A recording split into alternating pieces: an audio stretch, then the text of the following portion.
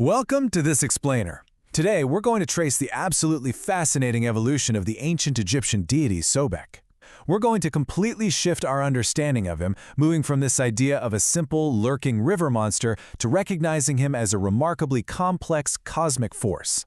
Seriously, if you think you already know the Egyptian pantheon, Sobek's character arc is going to completely change your perspective on how ancient civilizations built their myths. So let's just jump right in and look at exactly how terrifying Sobek's original reputation really was. Listen to this actual fierce epithet from ancient texts describing him. He who loves robbery, he who eats while he also mates, pointed of teeth. I mean, that is intense, right? It immediately establishes his identity as the unapologetic apex predator of the Nile. The Egyptians definitely did not sugarcoat the violent reality of the river, and Sobek was the living, breathing embodiment of that danger. Part 1. Meet the crocodile god. In his absolute earliest iterations, Sobek was this aggressively animalistic deity deeply tied to the harsh reality of the Nile, and the Egyptians grappled with this particular god for an incredibly long time.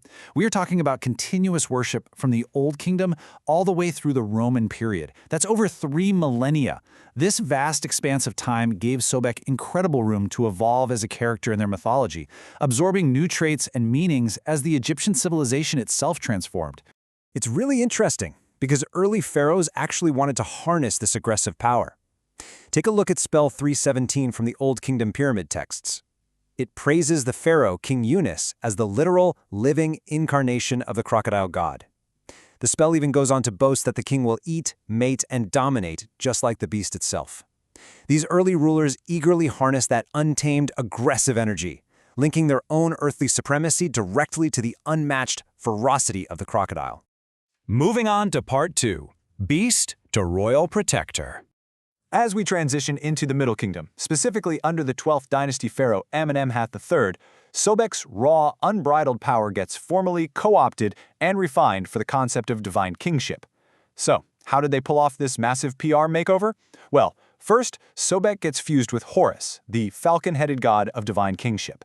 By doing this, they effectively elevated Sobek from a localized, unpredictable threat to a national royal protector. He was deeply intertwined with Egypt's most prominent divine family, actually getting adopted right into the triad of Osiris, Isis, and Horus. And through this new connection with Horus, Sobek acquired his very first role as a solar deity. He was essentially moving out of the mud and into the sky. Which brings us to Part 3, Capital of the Crocodile. To really wrap our heads around how massive this cult became, we have to talk about the Faiyum region, known beautifully in ancient Egyptian as the Land of the Lake. Sobek was absolutely ubiquitous here. Over in the capital, Crocodilopolis, or Shedet, he was worshipped as Sobek Shedeti, but almost every single settlement in the region developed its own specialized, localized incarnation of the god. In Tebtunis, he was Sok Nebtunis. Up in Karanis, they worship Hepharos and Pachusos. This wasn't just some casual nod to a local animal, guys. This was highly organized, deeply ingrained regional devotion. And this devotion translated into some truly fascinating daily practices. In places like Crocodilopolis and Karanis, specialized priests held titles like Prophet of the Crocodile Gods. And they weren't just praying to stone statues. No, they were raising living, breathing crocodiles as sacred earthly manifestations of the god. When these animals eventually died, they were carefully mummified, used as cult images, and then buried in incredibly grand ritual displays. The entire economy and social network of these priestly families completely revolved around caring for these deadly predators. Which brings us to the central paradox of this whole explainer. I mean, think about it for a second. Why would a civilization that is completely dependent on working, traveling, and living in a river deliberately elevate its greatest natural threat to divine status? It seems totally counterintuitive, doesn't it? Well, the answer lies in a really powerful concept, apotropaic magic. The Egyptians were basically fighting fire with fire. The idea is that by invoking a fierce, dangerous entity's power, you create a defensive shield to ward off evil and protect the innocent. They believed that by honoring the sheer ferocity of Sobek, his protective rage could actually be turned outward against their enemies and against the chaotic forces of the world. Part 4. The Nurturing Healer. Now, beneath that terrifying exterior lies our absolute biggest plot twist. Sobek actually evolved into a profound figure of healing and parental protection. This dual nature is captured perfectly by a brilliant etymological mystery. Scholars actually debate the very origin of his name, sba.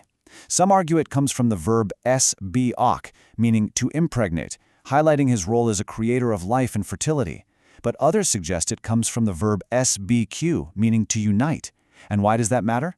Because in the famous myth where Osiris is violently dismembered by Set, Sobek is associated with Isis in helping to physically unite and heal those broken limbs. So you have a fierce creator on one hand and a gentle healer on the other. And the archaeology actually backs up this nurturing side in an incredibly visceral way. Get this, mummified crocodiles have been found carefully preserved with baby crocodiles sitting right in their mouths and on their backs. Now, this is exactly how real crocodiles transport their vulnerable offspring in the wild. By deliberately preserving this specific behavior in their mummification rituals, the priests were emphasizing a profound metaphor. Sobek fiercely protects the Egyptian people in the exact same manner a mother crocodile protects her young. And finally, Part 5. The sun god Sobek Ra. Fast forward to the Ptolemaic and Roman eras, and our river beast reaches his ultimate cosmic elevation. He undergoes a massive fusion with the primary sun god, Ra, officially becoming Sobek Ra. There was this text called the Book of the Faiyum, which was essentially an ancient bestseller that detailed all of this. It was widely reproduced and proved that Sobek Ra was entirely fused with the primary sun god. He wasn't just lurking down in the muddy reeds anymore, he was making a daily, celestial journey with the sun through the sky. His influence had literally reached the heavens. And honestly, his resume gets even more impressive. In this era, texts state that Sobek rose from the primal waters of Lake Moeris to actually create the universe himself, very much mirroring the traditional creation myth of Hermopolis. At massive temples like Kamambo in southern Egypt, he was honored with these really unique offerings like mummified crocodile eggs, which were specifically meant to emphasize the cyclical, unending nature of his solar attributes. So he is no longer just an animalistic defender, he has become the origin of creation itself. Which brings us to our final thought for today. Look at this incredible character arc we've just traced. How exactly does a civilization transform its greatest earthly fear into its ultimate cosmic comfort? It is such a testament to humanity's psychological brilliance when it comes to myth-making. We take what absolutely terrifies us, we study it, we respect it, and over thousands of years, we mold it into a protector that guards the universe. That is the real magic of Sobek. Thanks so much for joining me on this explainer, and I hope this leaves you wanting to dive even deeper into the incredible depths of ancient history.